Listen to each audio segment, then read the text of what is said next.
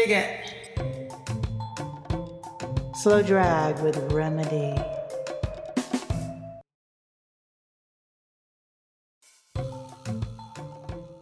It came to me all at once, really.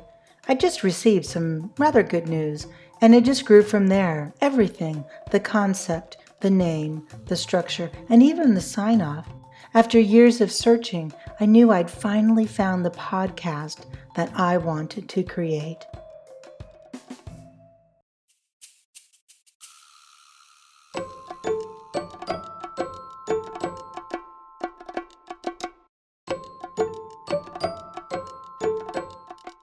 I've always been a big fan of podcasts and have great admiration for passionate people who create their own product. A couple of years ago, I toyed with turning a series of essays I'd written into a limited series podcast, but I didn't want it to end up in a 3-episode and done boneyard of good ideas and poor planning. Instead, I gathered those essays into a creative nonfiction book that I used as my thesis project for an MFA program I entered. The piece, The Most Terrible Time in My Life Ends Thursday, was very well received, approved with, quote, no edits needed. My MFA in writing was officially conferred quite recently.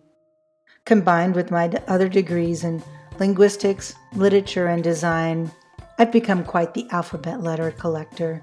So when I received the good news, my first thought wasn't, oh good, I'm finished. It was, okay, what's the next mountain I want to climb? And the answer was right there in the thesis approval letter.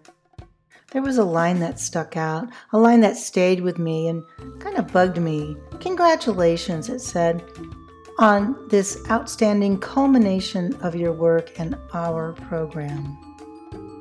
Well, given that I'd written nearly every word of the book in the years leading up to entering their program, I thought, I learned more about writing and poetry from listening to the genius words and phrases of Elvis Costello than I learned in their entire 2-year program.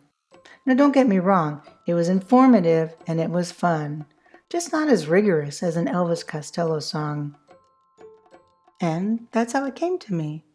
Many great ideas are born out of spite, aren't they? Well, I hope this is one of them. My name is Remedy, and this is an appreciation. It's an exploration of linguistics, of language, and clever wordplay as framed by the peerless poetry of the modern-day master, Elvis Costello. I bookend each episode with an exclamation borrowed from Elvis Costello's 1997 The Bridge I Burned. It's an homage to what he bellows after quoting a 15th century Italian philosopher. Is this stealing? Am I a thief? Well, funny you should ask.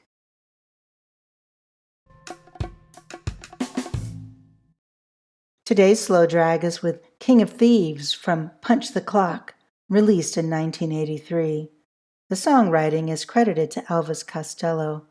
It's a charming, alternate universe kind of song. It's a chronicle of the struggles a writer might face trying to break through into the literary world by becoming a published author. I had forgotten all about the case of the 3 pins. They said I must be cracked, until the brown paper parcel landed on my welcome mat. Even the pretty secretaries, who won't even let me hang my hat, all recognize my handwriting and return to sender as a matter of fact.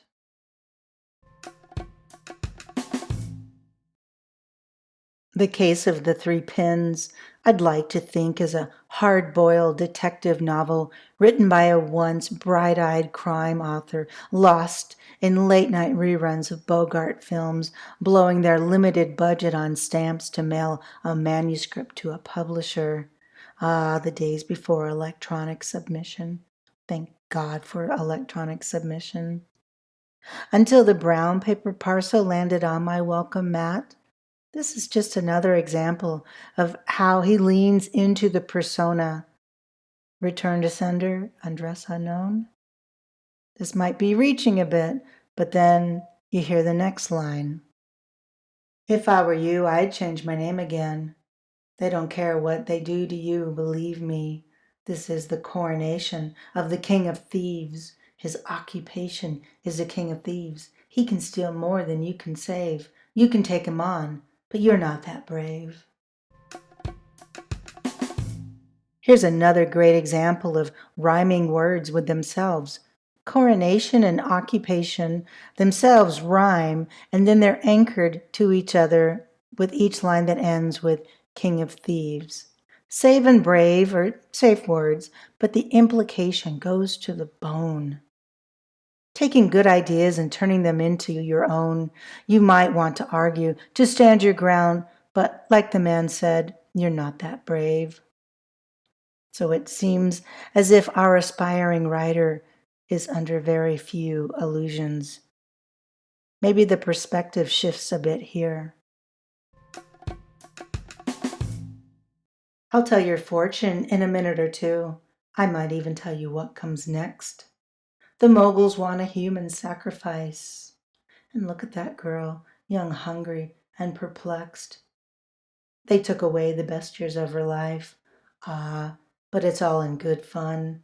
And if you kept your nose clean, you can laugh now at the care and things they've done. This starts to draw a comparison with a confidence man or a double-talking businessman who makes big promises. Is this the publisher or is this the plot of the Three Pins?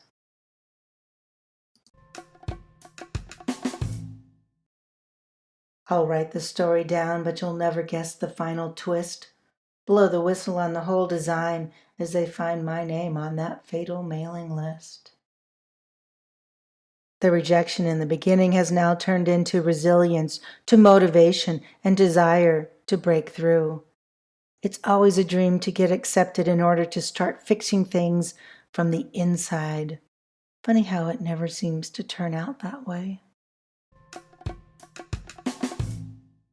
I hear the clatter of the typewriter, another rookie eating up the reams. I think it's time to put my feet under the desk and place my mark on another man's dreams.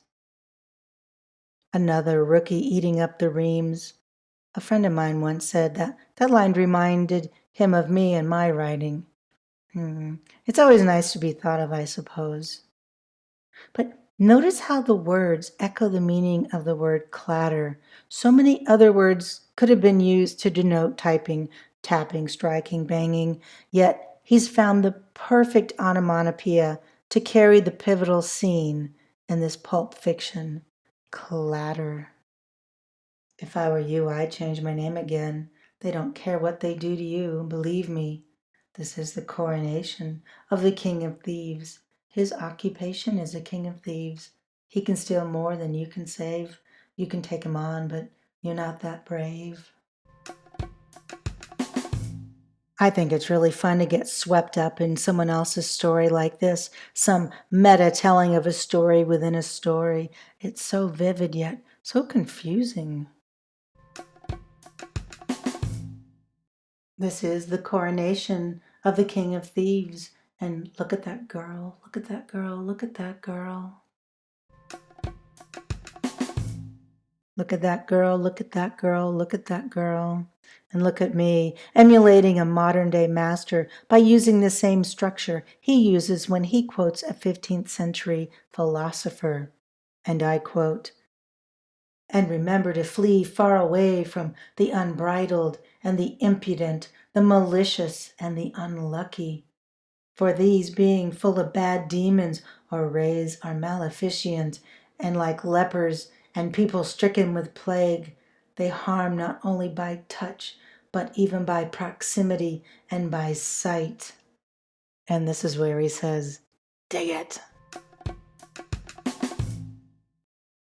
So if this is stealing, of course, he can steal more than I can save. I could take him on, but I'm not that brave. As I've mentioned before, I have chosen my heroes quite wisely. And now that the most terrible time in my life ends Thursday, has been given the official seal of approval by those who believe they've guided me well, I'd like to revisit a limited series podcast for it. It will be a sister podcast to this one, and one that I think you will enjoy as well.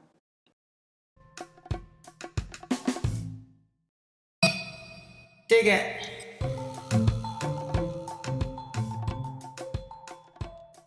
Again, this has been a slow drag with King of Thieves from 1983's Punch the Clock. It captures the struggles and the workarounds that aspiring writers go through. Where does the narrative of the song end and the plot of the novel begin?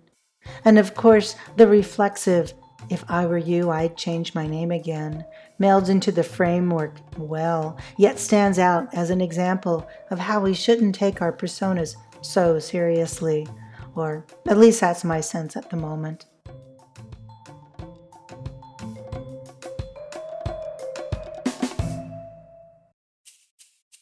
Thank you so very much for finding this appreciation, this exploration of linguistics, of language, and great wordplay, all framed by the peerless poetry of the modern-day master, Elvis Costello. Please check the show notes for links to the actual song. It's terrific, as well as links to references made in this episode. There's also a companion blog with a transcript and other references for your convenience.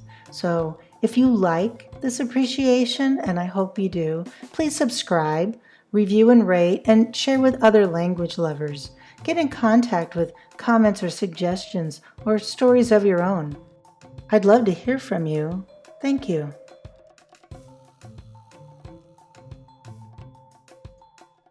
So, until next time, adieu, my little ballyhoo.